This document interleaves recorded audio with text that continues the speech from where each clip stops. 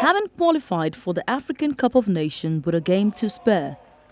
There are a few talking points for the Nigerian coach, Jose Posiero, to consider, like whether he will lead the three-time African champions to their fourth title in Côte d'Ivoire 2024. Nigerian fans were given echoes of a nightmarish collapse after Sierra Leone came from a 4-goal down to play 4-4 draw with Nigeria in their Group L encounter in Benin City. This cast aspersion on the strength and experience of the country's goalkeeping section going into the last phase of the qualifiers. We should man the sticks, who should be in there. I think Uzo has the experience with the national team already. The only guy that a lot of Nigerians had this with was Maduka Okoye, who just came in from nowhere, go through the ropes, learn the ropes, he just went straight into, the first 11 of the national team, which shouldn't happen anywhere. For Francis Uzo, he has been around for a while, and I think we can also rank Francis Uzo in the same breath that we rank the likes of Wilfred Ndidi, the likes of Kelechi Iheanacho, the likes of Semi Ajayi, who might not be doing too well in their club side, but you know that anytime you call them for national assignment, they will deliver. I was impressed with his last performance, but experience is everything. You've seen it so many times. The Nigerian Football Federation Communications Department confirmed on the 3rd of September 2023 that Jose Posiero will continue as the coach of the Super Eagles.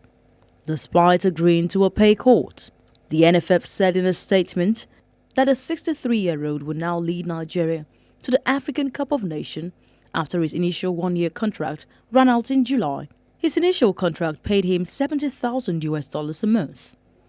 But it is understood the new agreement will have his monthly pay at $50,000 after the federation said they could no longer afford his previous salary. These football commentators had reasons to share their 2 cents. For him to be the coach of the Super Eagles of Nigeria, do you know what we are doing to his CV? We are bigger than Jose Peseiro. And I'm not missing words saying this. The Super Eagles of Nigeria as a brand, the Super Eagles of Nigeria as a team, the men's national team of Nigeria is bigger than Jose Peseiro. So we're giving him the job. We are even doing him a favor. The same thing we did to Janet Raw. Build up to the AFCON itself and then integrate it into their game for the competition and go as far as possible. But like I said before, I don't expect us to get to semi-finals with this kind of contract.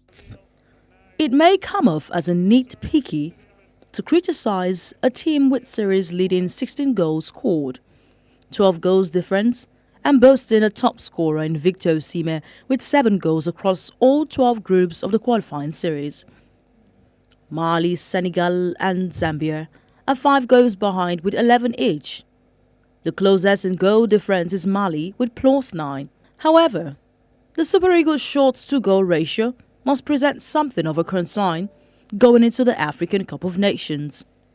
The team are ready and the coach is doing an amazing job. So we just have to believe in the coach tactics and everything. So we have great talent. We have young players in our team and the young players that are actually ready to fight. Because for me, I need to win domestically for Super Eagles. It's not easy to say you are just going to the tournament to win. So the most important is let's qualify first before we start talking about winning.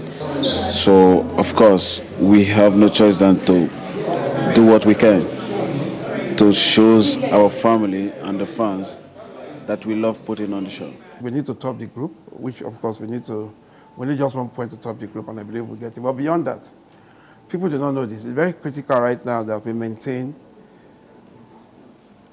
our 5th position in Africa.